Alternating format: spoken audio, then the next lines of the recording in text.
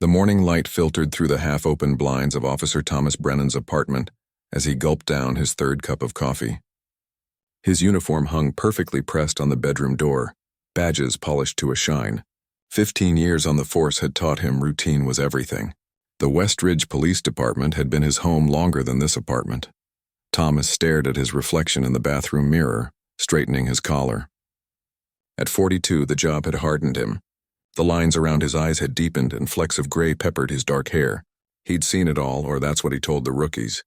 What he never mentioned were the shortcuts he'd taken, the reports he'd doctored, or the people he'd targeted simply because of the color of their skin. Another day keeping the streets clean, he muttered to himself, a phrase his father, also a cop, had repeated throughout his childhood. Across town, Mariana Wilson unpacked the last of her moving boxes in her temporary apartment. At 38, she had built an impressive career in law enforcement. After serving as a lieutenant in the neighboring city of Parkville, where she'd led several community policing initiatives and internal affairs investigations, she had been personally recruited by Commissioner Richards to take over as precinct captain in Westridge. "Just give me 2 weeks to observe before the official announcement," she had told the commissioner over dinner last night. "I want to see how the department actually runs when they don't know the new boss is watching." The commissioner had agreed, impressed by her methodical approach. "Your reputation precedes you, Mariana. The department needs someone like you, especially that precinct." Mariana arranged the framed photos on her bookshelf, her parents at her police academy graduation, her younger brother and his family, her receiving a community service award last year. She tucked away her captain's badge in her desk drawer. For the next 2 weeks, she was just another black woman settling into Westridge. That evening, Thomas sat in his patrol car at his favorite spot, a hidden driveway behind the old mill. Perfect for catching speeding drivers on Miller Road. But Thomas wasn't interested in just any drivers. He had his preferences. His partner, Officer Luis Ramirez, had called in sick, leaving Thomas alone with his thoughts and his power. He preferred it this way. Luis asked too many questions, always trying to follow procedure. Without him, Thomas could work the way he believed policing should be done, instinct over rules. His radio crackled with routine calls, but he was waiting for something specific. When a sleek blue sedan driven by a black woman passed by going 3 miles over the speed limit, Thomas smiled. It was all he needed. He pulled out behind the car, flashing his lights. The sedan promptly signaled and pulled over to the curb, stopping perfectly under a street lamp. Inside the car, Mariana sighed. 1 week in town and already getting pulled over. She knew the drill, hands visible on the steering wheel, driver's license and registration ready, calm voice. As a black woman in law enforcement, she had trained countless officers on proper traffic stop procedures. She had also experienced enough stops herself to know that even with her badge, her skin color often came first. Thomas approached slowly, flashlight deliberately aimed at the driver's side mirror to blind her. He noticed her professional attire, a blazer hanging in the back seat, a laptop bag on the passenger floor. This wasn't the typical profile he looked for, but something about her confidence irritated him. "License and registration," he demanded without introducing himself or explaining the reason for the stop. Mariana kept her voice steady. "Good evening, officer. May I ask why I'm being pulled over?" Thomas's jaw tightened. He hated when they questioned him. "License and registration first. I asked the questions here." She handed over her documents, her personal ones, not her law enforcement ID. She'd left that at home deliberately during this observation period. Thomas glanced at her license. "Mariana Wilson, new address listed in Westridge. You're not from around here. Just moved in this week," she replied politely. "I still haven't gotten used to these roads." "Where are you coming from this time of night?" Thomas questioned, shining his light around the interior of her car. "The library. I needed to pick up some books on local history. I'm trying to learn about my new community." Thomas noticed the stack of books on local governance and police history on her back seat. Something felt off about this woman. Too composed, too educated. In his experience, people like her caused trouble, filed complaints, knew their rights too well. "Step out of the car, please," he ordered. "Officer, I was only going 3 miles over the limit, if that. Is this really necessary?" "I said step out of the car. Now." His hand moved to rest on his holster, not drawing his weapon but making sure she noticed the gesture. Mariana recognized the intimidation tactic. She had seen it before, had disciplined officers for it in her previous position. Slowly, she opened her door and stepped out. "I think I smell marijuana coming from your vehicle," Thomas announced loudly, for his body camera's benefit. Mariana raised an eyebrow. "That's impossible, officer." "I don't use drugs, and neither does anyone who's been in my car," Thomas smirked. "We'll see about that. I'm going to search your vehicle." "Do you have probable cause beyond a supposed smell that doesn't exist?" she asked calmly. This woman was really getting under his skin now. "Stand against the car, hands where I can see them." Mariana complied while Thomas began searching her vehicle. She noticed him lingering near the glove compartment, his body partially blocking the view from his dash cam. With subtle movements, she managed to take out her phone and record parts of the search. What she captured was exactly what she suspected. Thomas reaching into his pocket and then placing something in her glove compartment. Well, what do we have here?" he announced triumphantly, pulling out a small bag of what appeared to be marijuana. "Looks like my nose was right after all." Mariana kept her expression neutral. "That isn't mine, and you know it. Are you accusing me of something?" Thomas stepped closer, using his height to tower over her. "Because that's a serious allegation. I'm simply stating a fact," she replied, meeting his gaze without flinching. Thomas grabbed her arm, spinning her around. "You're under arrest for possession of a controlled substance." As he handcuffed her, he leaned close to her ear. "Your kind should know better than to drive through my neighborhood after dark." The word sent a chill through Mariana, not of fear but of determination. In that moment, she knew her decision to observe the department undercover had been the right one. This wasn't just about one bad officer. This was systemic. At the precinct, Thomas proudly paraded Mariana through the bullpen. A few officers looked up, some with disinterest, others with concern at the well-dressed woman in handcuffs. No one questioned Thomas. They never did. "Found this one with drugs in her fancy car," he announced to the booking officer. "Probably thinks she's too good for our jail cells." The booking officer, a younger man named Officer Chen, looked uncomfortable but processed the paperwork without comment. Once alone in the holding cell, Mariana was allowed her one phone call. She didn't call a lawyer or a family member. She called Commissioner Richards. "It's happened already," she said quietly into the phone. "Officer Thomas Brennan. Drug plant during a traffic stop. Racial comments. The whole package. Are you okay?" The commissioner asked, concern evident in his voice. "I'm fine. But I need you to get me out without revealing who I am. I want to see how deep this goes before I show my hand." The commissioner agreed. "I'll send someone from my office to post bail. We'll list the reason as an administrative review of the arrest." 2 hours later, Mariana was released. Officer Chen returned her belongings with an apologetic look. "The charges have been temporarily suspended pending review," he explained. Confused by the sudden order from downtown, as she left the station, Mariana caught sight of Thomas watching her from across the room, suspicion and anger evident on his face. She nodded politely in his direction, which only seemed to infuriate him more. Back in her apartment, Mariana opened her laptop and created a new file labeled Westridge Reform. She uploaded the video from her phone, documenting the planted evidence. Then she began typing detailed notes about everything she had observed: Thomas's behavior, the other officer's complicity through inaction, the booking process. Her phone rang. It was the commissioner again. "I pulled Brennan's file," he said without preamble. 26 complaints in 15 years, all dismissed. Disproportionate arrest rates for Black and Latino citizens. But his conviction record is impressive, which is why nobody's looked too closely. "Until now," Mariana replied, determination in her voice. "I need everything: body cam footage, arrest records, complaint files. We're going to build this case properly. You could just fire him day one, you know. Make an example." Mariana shook her head even though the commissioner couldn't see it. "That's not enough. One officer fired doesn't change a culture. I need to understand how deep this goes. Who enables it? Who turns a blind eye? Real change requires more than removing one bad apple." As she hung up, Mariana looked at the calendar on her wall. In 13 days, she would be officially introduced as Captain Wilson. But until then, she had work to do. She touched the spot on her wrist where the handcuffs had been, remembering the sound of Thomas's voice, the contempt in his words. This wasn't just about one officer anymore. This was about justice, about changing a system from within. Time to clean house, she whispered to herself, echoing Thomas's earlier sentiment about keeping the streets clean, but with a very different meaning in mind. Mariana sat at her kitchen table the next morning, a cup of coffee growing cold beside her laptop.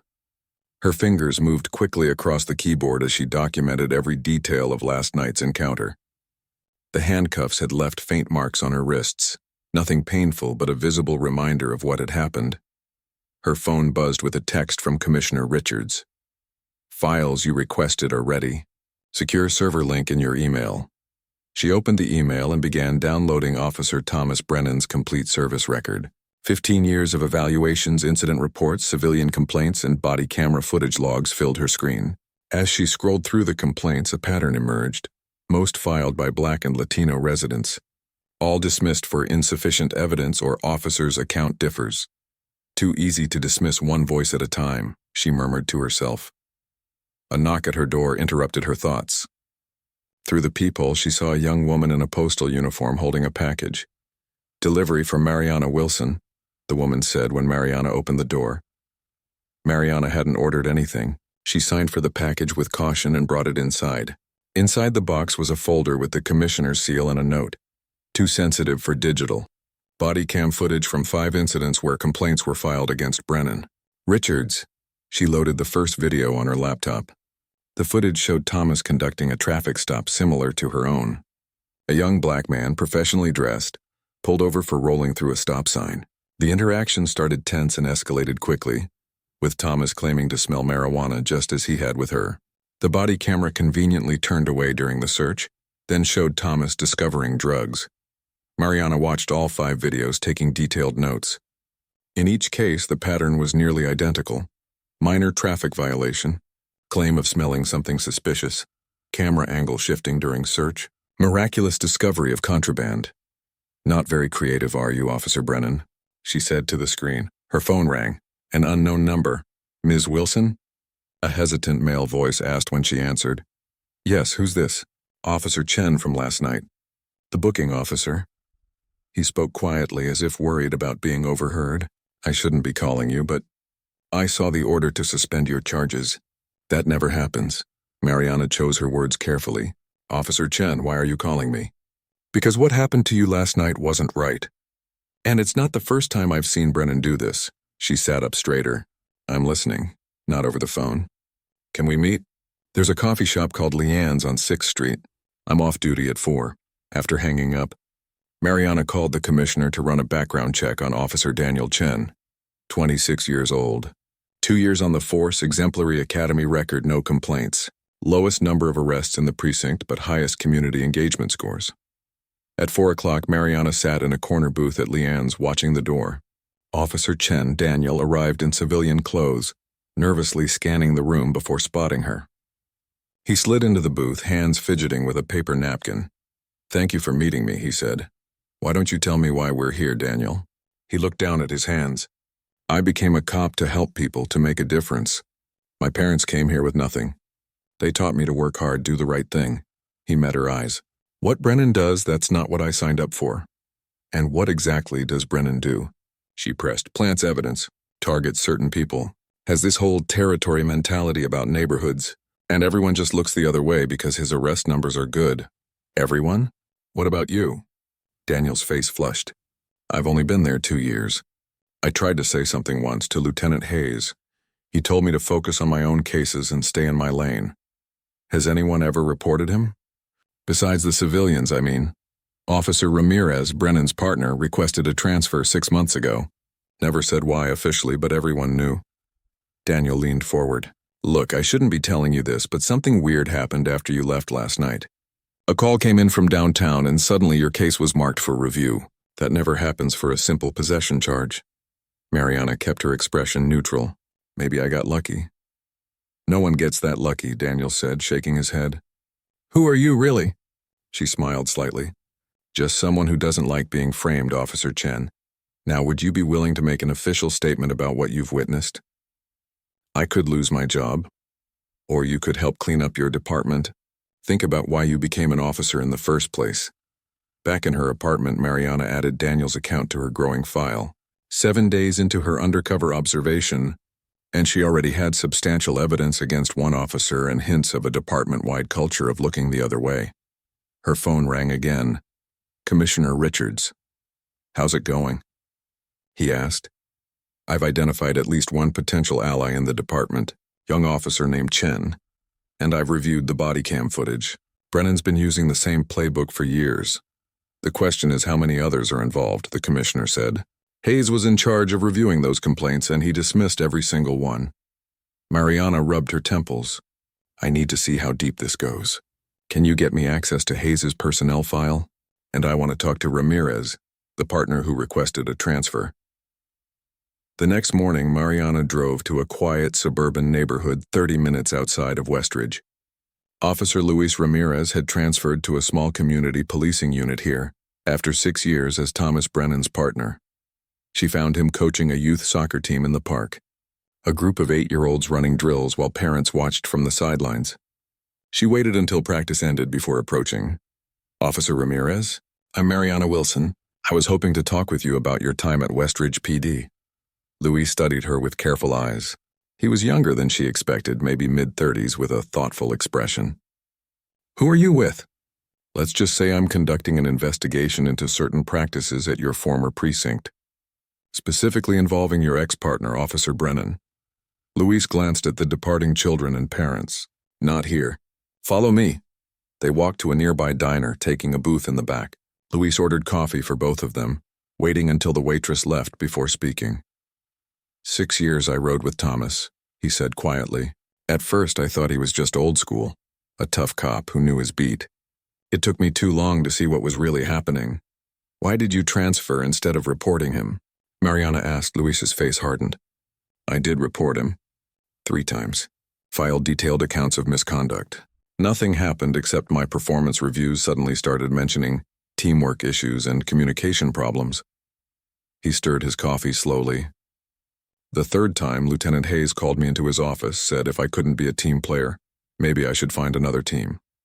So you left." "I have a family, a mortgage. I couldn't fight the whole system." Guilt flashed across his face. "I'm not proud of it. Would you be willing to make an official statement now? With proper protection?" Luis looked at her suspiciously. "Who exactly are you?" Mariana made a decision. "In 1 week, I'll be announced as the new captain of the Westridge precinct. But right now, I'm building a case, and I need help from good officers who want change." His eyes widened. "You're the new captain? Wait, did Brennan pull me over and plant drugs in my car?" "Yes, he has no idea who I am." Luis sat back, a small smile forming. That's actually perfect." The smile faded. "But you should know, it's not just Brennan. Hayes protects him, and Captain Reynolds, the outgoing captain, he let Hayes run things however he wanted as long as arrest numbers stayed high." "How many other officers follow Brennan's example?" "Actively? Maybe 3 or 4. The rest just don't ask questions." Luis leaned forward. "The worst part is the good cops end up leaving. No one wants to be labeled a snitch." Mariana nodded. "That changes now. I need officers like you and Chen to help rebuild this department. Chen's a good kid, too good for that place." Luis hesitated. "What exactly are you planning to do?" "I'm gathering evidence for now. When I take command, I'll have options. Internal discipline, criminal charges, department-wide retraining. But first, I need to know exactly what I'm dealing with." As she drove back to Westridge, Mariana mentally added Luis to her growing list of allies. 2 good officers who had tried to do the right thing, both shut down by the system. How many others had been silenced or pushed out? That evening, she organized her evidence.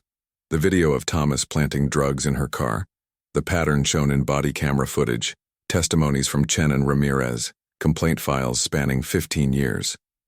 It was damning, but still focused mostly on one officer. The real challenge would be addressing the culture that protected him. Her laptop pinged with a new email from the commissioner, containing Lieutenant Hayes's file. As she read through it, she began to understand the bigger picture. Hayes had been partners with Thomas early in their careers. They had risen through the ranks together, always watching each other's backs. When complaints came in against Thomas, they landed on Hayes's desk. The system wasn't broken. It was working exactly as they had designed it. Mariana closed her laptop and walked to the window, looking out at the Westridge skyline. In 6 days, she would walk into that precinct as Captain Wilson. Thomas Brennan would recognize her as the woman he had framed. Hayes would realize his protection racket was over, but simply firing them wouldn't fix the deeper problems. She needed to rebuild the department from the ground up, creating a culture where officers like Chen could thrive and officers like Brennan would never feel empowered. To abuse their authority, she picked up her phone and dialed the commissioner. "I need a meeting with the mayor and the city attorney tomorrow," she said when he answered. "We're going to need their support for what comes next." The mayor's office occupied the top floor of City Hall, with large windows overlooking the heart of Westridge. Mariana sat across from Mayor Patricia Gonzalez, a former prosecutor who had won office on a platform of community renewal. Commissioner Richards sat beside Mariana, while City Attorney David Washburn completed their small circle. "Let me get this straight," the mayor said after Mariana finished presenting her evidence. "One of our officers pulled you over, planted drugs in your car, arrested you, and he has no idea you're about to become his boss?" "That's correct," Mariana replied. "And based on my investigation, this isn't an isolated incident. Officer Brennan has been targeting Black and Latino citizens for years, with at least some department knowledge." The city attorney adjusted his glasses. "The evidence you've gathered, especially the video of him planting drugs in your vehicle, that's grounds for immediate termination and criminal charges." "I agree," Mariana said. "But firing one officer won't solve the underlying problem. There's a culture of protection in that precinct. Lieutenant Hayes has buried complaints. Former Captain Reynolds allowed it. And good officers who spoke up were silenced or pushed out." The mayor leaned forward. "What exactly are you proposing, Captain Wilson?" "A complete departmental overhaul, new accountability measures, body cameras that can't be turned off during stops, civilian oversight, community engagement initiatives, and a clear message that racial profiling won't be tolerated." "That's ambitious," the mayor said carefully. "It will face resistance." "Which is why I need your support," Mariana replied. "When I walk into that precinct as captain next week, I need to know the city leadership has my back." Commissioner Richards nodded. "I've reviewed Captain Wilson's full proposal. It's thorough and practical. And frankly, we need this. The relationship between our department and the communities it serves, especially minority communities, has deteriorated. This could be a turning point." The mayor was quiet for a long moment. "The politics will be complicated." "The police union will fight back," Mariana finished. "I know, but consider the alternative. What happens when the press gets hold of this video?" She gestured to her laptop where freeze frames showed Thomas Brennan planting evidence. "Or when they learn that city leadership knew about these abuses and did nothing?" The city attorney winced. "She's right. If this goes public without us taking action, the liability would be enormous. Multiple civil rights suits, federal investigation." Mayor Gonzalez rubbed her temples. "When I ran for office, I promised real change in how this city operates. This isn't the easy path, but it might be the right one." She looked directly at Mariana. "You'll have my full support, Captain Wilson. But I want regular updates, and I want this handled as cleanly as possible." "There's one more thing," Mariana said. "I'd like to establish a community reconciliation program. A way for officers who've engaged in misconduct to make amends, directly facing the people they've wronged under supervision. Restorative justice for cops." The city attorney looked skeptical. "That's unusual." "So is a police captain being framed by one of her own officers before she even starts the job," Mariana replied with a slight smile. "Sometimes unusual situations call for unusual solutions." The next morning, Mariana met Officer Chen at a park bench far from the precinct. The young officer looked nervous, constantly scanning their surroundings. "I spoke to Luis Ramirez yesterday," Mariana told him. "He confirmed what you told me about Brennan and Hayes." Daniel nodded. "So what happens now?" "In 5 days, I become your new captain." His eyes widened. Yes, and I'll need officers I can trust when I take command. People who care about real police work, not harassment and frame jobs." Daniel looked down at his hands. "There are others, you know. Good officers who keep their heads down because speaking up is career suicide. Anthony Washington in traffic. Rose Garcia in community outreach. A few more? Would they be willing to meet? Discreetly?" He thought for a moment. If they knew change was really coming, maybe. That evening, in the back room of a small restaurant owned by Daniel's cousin, Mariana sat with 5 officers from West Ridge PD. Besides Daniel, there was Anthony, a 15-year veteran who had repeatedly requested community policing assignments to avoid working with Brennan. Rose, who ran youth programs despite budget cuts. Miguel, a tech-savvy officer who maintained the department's computer systems. And Layla, a recent transfer who had already requested reassignment after witnessing Brennan's behavior. "I've heard rumors about the new captain," Anthony said cautiously. "Word is it's someone from outside." "You could say that," Mariana replied with a small smile. "I'm Mariana Wilson, and in 5 days, I'll be announced as your new precinct captain." The shock on their faces would have been comical under different circumstances. "You're the woman Brennan arrested last week," Layla said, recognition dawning. "The drug charge that mysteriously got pulled for review. The same. And I've spent the past 8 days building a case not just against Officer Brennan, but against the system that protects officers like him." She laid out what she had discovered, the pattern of racial profiling, planted evidence, dismissed complaints, and the culture of silence enforced by Hayes and tolerated by former Captain Reynolds. "Why are you telling us this?" Miguel asked. "Why not just come in on day 1 and clean house?" "Because real change can't come from the top down alone," Mariana explained. "I need officers who care, who want things to be different. I need you to be my eyes and ears, to help rebuild trust with the communities we serve." "What exactly are you planning?" Rose asked. "A complete restructuring, new accountability protocols, community oversight, training on implicit bias and de-escalation, and consequences for officers who abuse their power." "Hayes won't go down without a fight," Anthony warned. "He's got friends in the department and the union." "I'm counting on it," Mariana replied. "Which is why I need all of you." "Are you with me?" They exchanged glances, years of caution warring with hope for change. Daniel was the first to nod. "I'm in. This is why I became a cop." One by one, the others agreed. As the meeting broke up, Rose lingered behind. "There's something else you should know," she said quietly. "Brennan and Hayes, they're not just partners from way back. Hayes is Brennan's brother-in-law, married to his sister for 20 years. Mariana absorbed this new information. Family ties. That explains the protection. It goes deeper than professional courtesy," Rose continued. "Hayes believes in what Brennan does. He just has a badge that lets him cover it up instead of doing it himself." Over the next 3 days, Mariana dug deeper. With Miguel's help, she accessed departmental emails showing Hayes redirecting complaints against Brennan to his own desk, then burying them. Anthony provided years of patrol assignments showing how Brennan was consistently placed in predominantly Black and Latino neighborhoods, while being kept away from wealthier, whiter areas. Layla, though new, had documented her own observations of Brennan's traffic stops, pulling over minority drivers at 4 times the rate of white drivers, searching their vehicles without clear cause, using unnecessarily aggressive tactics. The picture that emerged was damning. Thomas Brennan wasn't just a rogue officer. He was the visible face of a systematic approach to policing that targeted certain communities while protecting others, and Hayes, from his position of authority, had not only allowed it but encouraged it. 2 days before her official introduction as captain, Mariana met again with the commissioner, mayor, and city attorney. This time she brought a comprehensive file, evidence against both Brennan and Hayes, statements from officers willing to testify, and her detailed plan for departmental reform. "This goes beyond what we initially discussed," the commissioner said, flipping through the file.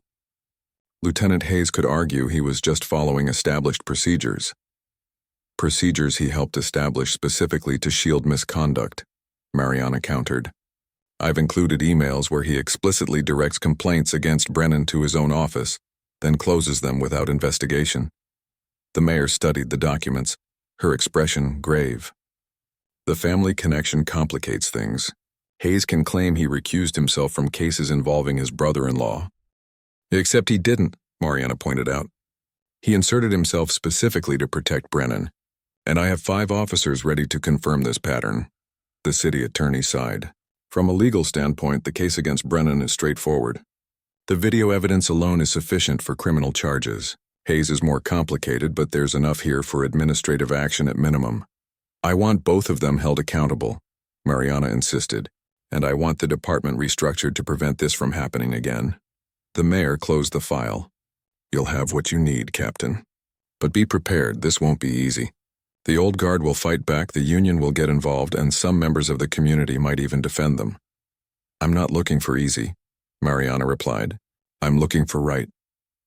On her final night before officially taking command, Mariana sat in her apartment reviewing her notes one last time. Tomorrow she would walk into the West Ridge precinct, not as a civilian wrongfully arrested, but as Captain Wilson. Thomas Brennan would see her and know instantly that his career was over. Hayes would realize his protection racket had been exposed. But beyond the personal reckoning, tomorrow would mark the beginning of something larger, a fundamental change in how the West Ridge Police Department operated, who it served, and how it held itself accountable. Her phone buzzed with a text from Daniel. Word spreading about the new captain tomorrow.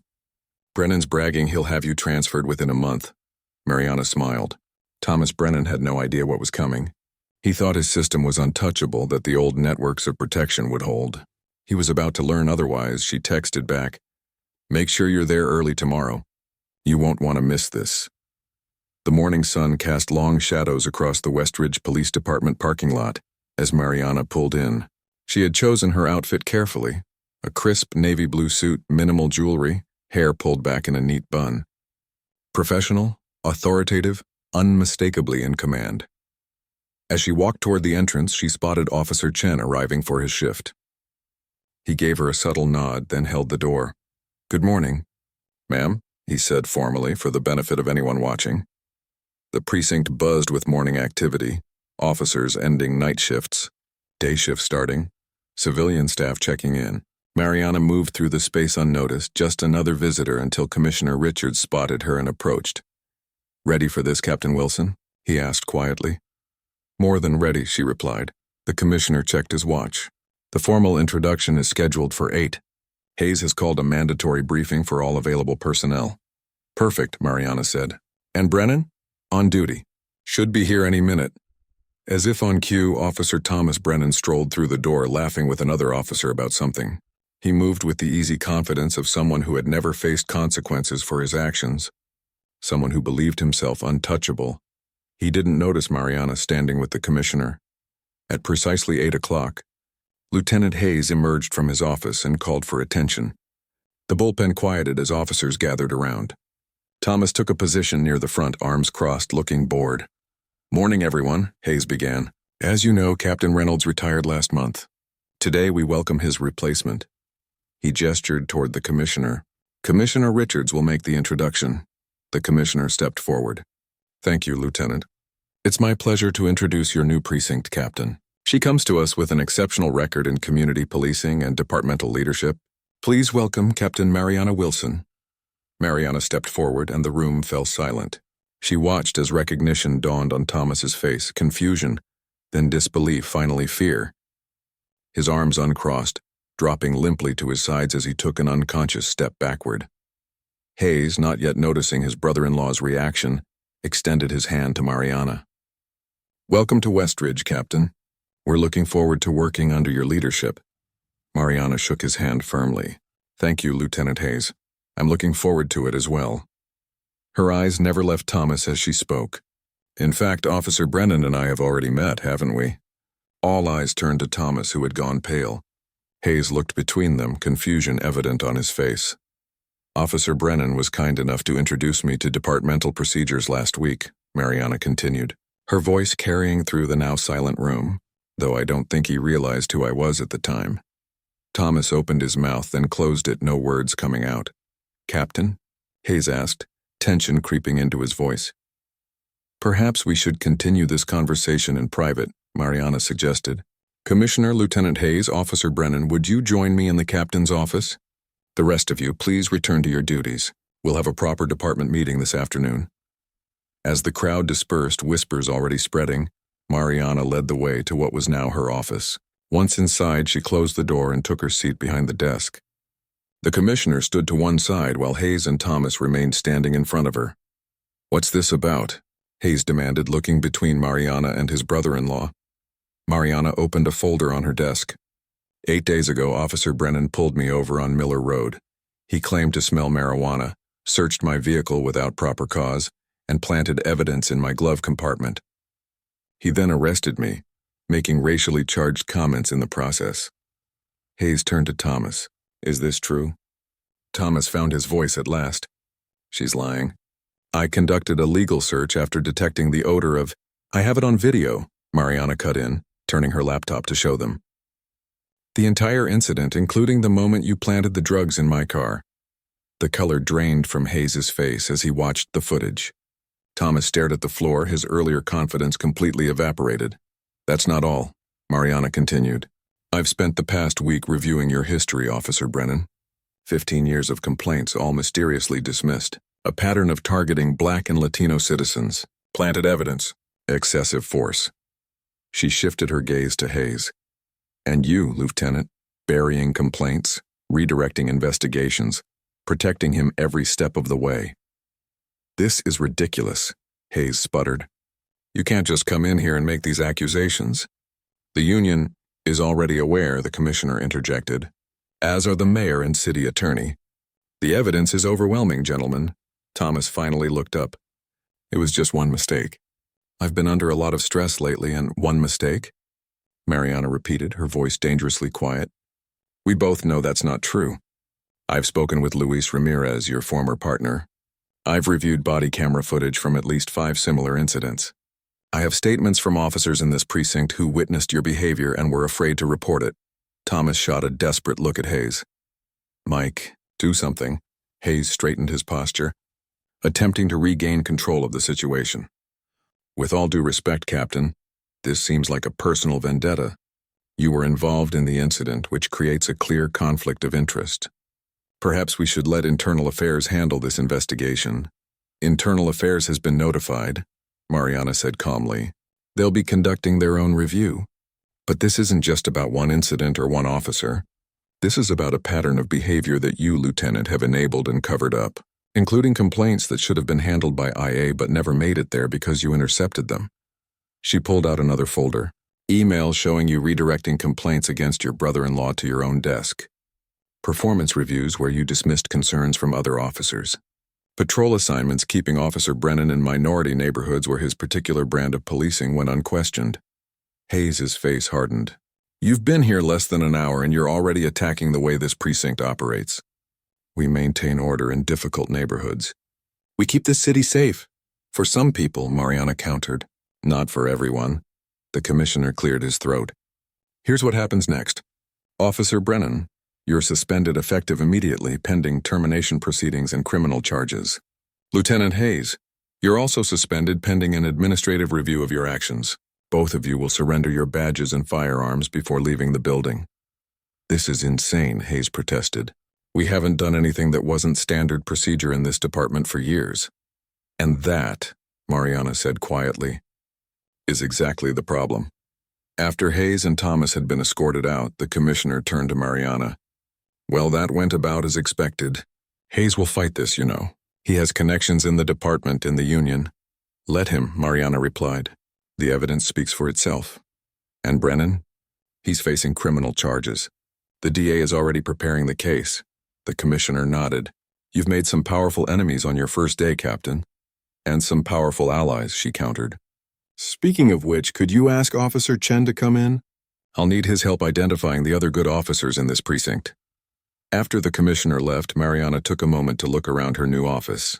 The walls were bare, the previous captain having taken his personal items with him. A clean slate ready for a new approach. Daniel knocked on the door frame. You wanted to see me, Captain? Come in, Officer Chen. Close the door. Once he had taken a seat, she continued. Hayes and Brennan have been suspended. There will be pushback. I need to know who we can trust, Daniel nodded. The officers I introduced you to, for starters. But there are others who kept their heads down who might step up now that they see real change happening. I want a list by the end of the day, and I want you to help me plan the department meeting this afternoon. This precinct is about to undergo a major transformation, and I need everyone to understand that there's no going back to the old ways. Word spread quickly through the department. By lunchtime, officers were divided into tense groups whispering about the morning's events. Some who had worked closely with Hayes and Brennan looked worried. Others seemed cautiously hopeful. Mariana spent the hours before the afternoon meeting reviewing personnel files, making notes on officers to watch, officers to nurture, officers who might need closer supervision. She was still deep in this task when her phone rang. The mayor. "I hear you've had an eventful first morning," Mayor Gonzalez said. "You could say that," Mariana replied. "Hayes and Brennan have been suspended. The evidence was even more damning than we thought. Hayes's brother is calling my office, demanding an explanation. He's on the city council." "Of course he is," Mariana sighed. "The family connections run deep." "This is going to get messy," the mayor warned. "Are you prepared for that?" "Absolutely. But I'll need your continued support when the political pressure builds." "You'll have it," the mayor assured her. "Just keep me informed. And Mariana, be careful. People like Hayes and Brennan, they don't go down quietly." At 3 o'clock, Mariana stood before the assembled officers and civilian staff of the Westridge precinct. The room was tense, uncertainty hanging in the air. "By now you've all heard about this morning's events," she began. "Let me be clear about what's happening. This department is changing starting today. The old approach, targeting certain communities, protecting certain officers, looking the other way when procedures are violated, that ends now." She looked around the room, meeting eyes both hostile and hopeful. "I know change is hard. I know many of you have spent years working in a system that had different priorities. But starting today, we serve all citizens of Westridge equally. We hold ourselves to the highest standards of conduct, and we hold each other accountable." A hand raised in the back. "What about Hayes and Brennan? Are they coming back?" "No," Mariana said firmly. "The evidence against them is substantial. Neither will be returning to this department." Another officer spoke up.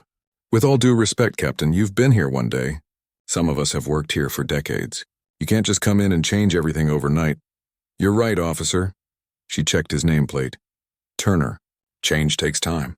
But the direction of that change begins today. Those of you who want to be part of building a better department, who believe in serving and protecting all communities fairly, I need you. Those who don't..." She paused. "Well, change can be uncomfortable, but it's coming whether we're comfortable or not."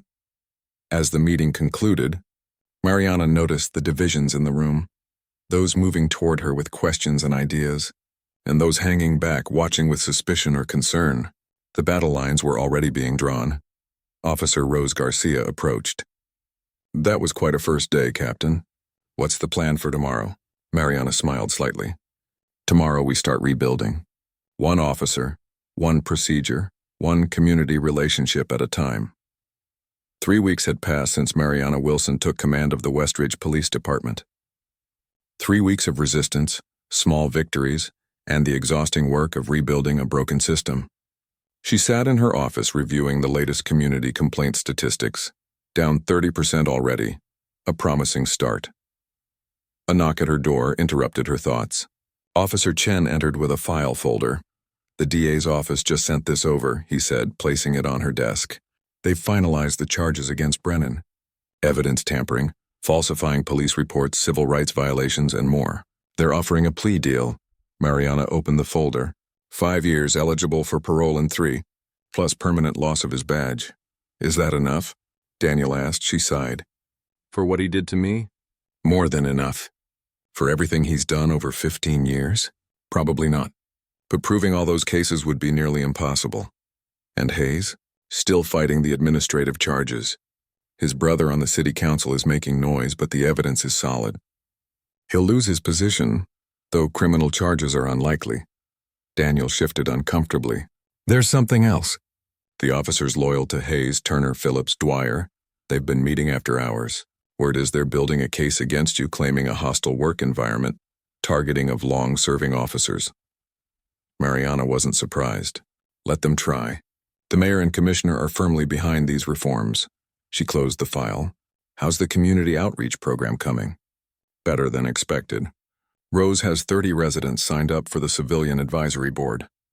The community center in Oak Heights has offered space for weekly meetings. And that youth basketball program you approved? We've got 15 officers volunteering as coaches." She smiled. "That's what I like to hear." Her phone buzzed, a text from the commissioner. "Brennan wants to meet. Says he has a proposal. Worth hearing him out?" Mariana stared at the message. What could Thomas Brennan possibly have to offer now? She texted back, set it up my office, with his lawyer present. The next morning, Thomas Brennan sat across from Mariana, a shell of his former self. Gone was the cocky officer who had pulled her over that night. In his place sat a man facing the end of his career and years in prison. His attorney, a sharp-looking woman in her 50s, sat beside him. "Thank you for agreeing to see us, Captain Wilson," the attorney began. "My client has something he'd like to propose." Mariana nodded for them to continue. Thomas cleared his throat. "I've had a lot of time to think these past weeks, about what I did, what I've been doing for years." He looked down at his hands. "The DA offered me a deal. 5 years. But before I take it, I wanted to, I don't know, try to make something right." "I'm listening," Mariana said, her expression neutral. "I know about the community program you're starting, the reconciliation thing where officers meet with people they've wronged." He glanced at his attorney, who nodded encouragingly. "I want to participate. Before I go to prison, I want to face the people I hurt, tell them the truth about what I did." Mariana studied him carefully. "Why, does it matter? Maybe I'm just trying to get a better deal." "It matters to me." Thomas was quiet for a moment. "My daughter came to see me last week. She's 17. She asked me if what they're saying is true, if I really planted drugs on innocent people because of their skin color." His voice cracked slightly. "I couldn't lie to her. The look in her eyes when I told her the truth, I'll never forget it." "So this is about redemption in your daughter's eyes?" "Partly, but also," he struggled to find the words, "I've spent 15 years believing I was doing the right thing, protecting my neighborhoods from them. It took losing everything to see how wrong I was. I can't undo what I did, but I can at least face it," his attorney interjected. "My client is willing to provide detailed statements about every case where evidence was planted or reports were falsified. In exchange, we're asking the DA to consider a reduced sentence if the community reconciliation program is successfully completed." Mariana leaned back in her chair. "That's not my decision to make. The DA will determine any adjustments to your sentence. But you could recommend it," Thomas said. "Your opinion carries weight." "Why should I help you, Officer Brennan? After what you did to me, to countless others?" "You shouldn't," he admitted. "I don't deserve your help. But those people deserve the truth. And maybe hearing it directly from me will give them some peace." Mariana considered his words. Was this genuine remorse or just another manipulation? Either way, the information he could provide would be valuable in clearing wrongful convictions. "I'll speak to the DA," she finally said, "if, and only if, you provide complete and truthful information about every case of misconduct, and if you fully participate in the reconciliation program with no guarantees about your sentence." Thomas nodded. "Thank you." After they left, Commissioner Richards called. "How did it go with Brennan?" "Hard to say," Mariana replied. "Either he's had a genuine change of heart, or he's looking for a way to reduce his sentence." "Probably both. And what do you think?" She sighed. "I think we need the information he has, and I think the reconciliation program needs to be tested with a difficult case like his." "Can people forgive something like that?" "Forgiveness isn't the goal," Mariana explained.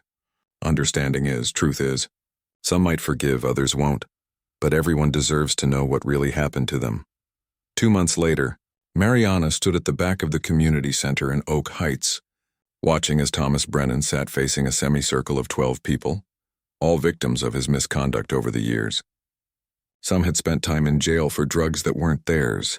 Others had lost jobs, housing, or relationships because of his actions. Thomas, dressed in civilian clothes, spoke without notes. "I can't undo what I did to you. I can't give you back the time, the opportunities, the trust that I stole. All I can do is tell you the truth. I targeted you because of your race. I planted evidence because I thought you deserved it, because I saw you as criminals already just for existing in my neighborhood." A middle-aged man interrupted. "You ruined my life. I lost my job, my apartment, my relationship with my kids. For what?" "For nothing," Thomas admitted. "For my own prejudice. There's no excuse," a young woman wiped tears. "I needed help.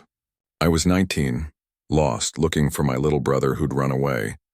Instead of helping me, you planted drugs in my backpack and sent me to jail." "Why?" Thomas couldn't meet her eyes. "Because it was easier than doing real police work. Because Hayes would praise me for another drug arrest. Because I didn't see you as someone who deserved help." The session continued for hours. Painful question after painful question. Thomas answered them all, hiding nothing. Mariana watched the faces in the room: anger, pain, disbelief, and occasionally, a glimmer of something like closure. Afterward, she found Thomas sitting alone in an empty classroom, staring at the wall. "That was harder than I expected," he said without looking at her. "It's supposed to be hard," she replied. "Truth usually is. Do you think it helped them at all?" "Some of them. Others will need more time. A few may never find peace with what happened." She took a seat across from him. "The DA reviewed your cooperation. With the information you've provided, they've already identified 37 cases for dismissal or review." "Good. That's good." He finally looked at her. "You know what the strangest part is? I feel lighter. Even knowing I'm going to prison, even after facing all those people I hurt, I feel like I can breathe for the first time in years." "The weight of lies," Mariana observed. "It's heavier than we realize until it's gone." 6 months later, Mariana stood before the graduating class of the West Ridge Police Academy. 24 new officers, the first class to complete the revised training program she had implemented, with its emphasis on community engagement, bias recognition, and de-escalation. "The badge you receive today is more than a symbol of authority," she told them. "It's a symbol of trust. Trust that must be earned every day in every interaction, with every citizen you encounter." In the audience sat the commissioner, the mayor, and members of the Civilian Oversight Board that now reviewed all serious complaints against officers. Among them was one of the people Thomas Brennan had faced in that community center, the young woman who had been looking for her brother. She now served as the board's vice chair. "The easiest thing in the world is to divide people into us and them," Mariana continued, "to protect our neighborhoods from those people. The harder path is to remember that we serve everyone, regardless of race, income, or address. That justice isn't just about making arrests, but about building a community where everyone feels safe, everyone feels heard, everyone is treated with dignity." After the ceremony, Officer Chen, now Sergeant Chen, approached her with a tablet. "The latest numbers, Captain. Complaints down 60% from last year. Civilian satisfaction up 45%. Community program participation at an all-time high. And the officers? How are they adjusting?" "The old guard is coming around slowly. Turner actually volunteered for the Oak Heights community liaison position. Said he's learning things about the neighborhood he never knew before." Daniel smiled. "And the new recruits are bringing fresh energy. They only know the department as it is now, not how it used to be." Mariana nodded, satisfied. "And Hayes?" "Working as a security consultant in the private sector. Still bitter, from what I hear. His brother lost his council seat in the last election." "And Brennan?" Daniel's expression softened. 2 years into his sentence, still participating in the reconciliation program, now speaking to other officers about his experience. His case study is part of the academy curriculum now, how bias corrupts policing. That evening, Mariana drove home past Miller Road, where Thomas had pulled her over that night nearly a year ago. So much had changed since then, in the department, in the community, in her own life. The work was far from finished. Changing a culture took more than policies and programs. It took time, persistence, and constant vigilance against the human tendency to divide and discriminate. Her phone rang. The commissioner. "How's it feel, a year in?" he asked. "Like we've made a good start," she replied. "Just a start, though," the Justice Department called. "They want to use Westridge as a model for their police reform initiative, your community reconciliation program in particular." Mariana smiled. "From one traffic stop to a national model. Not what I expected when I took this job. Sometimes the most important changes start with one person standing up and saying, 'Enough,'" the commissioner observed. As she pulled into her driveway, Mariana thought about Thomas Brennan, about Hayes, about all the officers who had been part of the old system. Some had changed, some had resisted, some had left, but the department itself had transformed. In the end, it wasn't just about punishing bad officers or implementing new policies. It was about creating a culture where justice meant something more than arrests and convictions, where it meant truth, accountability, and the constant difficult work of seeing each person as fully human, deserving of dignity and fair treatment. The journey had started with one traffic stop, one frame job, One racist cop who had no idea the woman he was targeting would soon be his boss. But it had grown into something much larger. A movement that was slowly, steadily rebuilding trust between a police department and the community it served, one interaction at a time.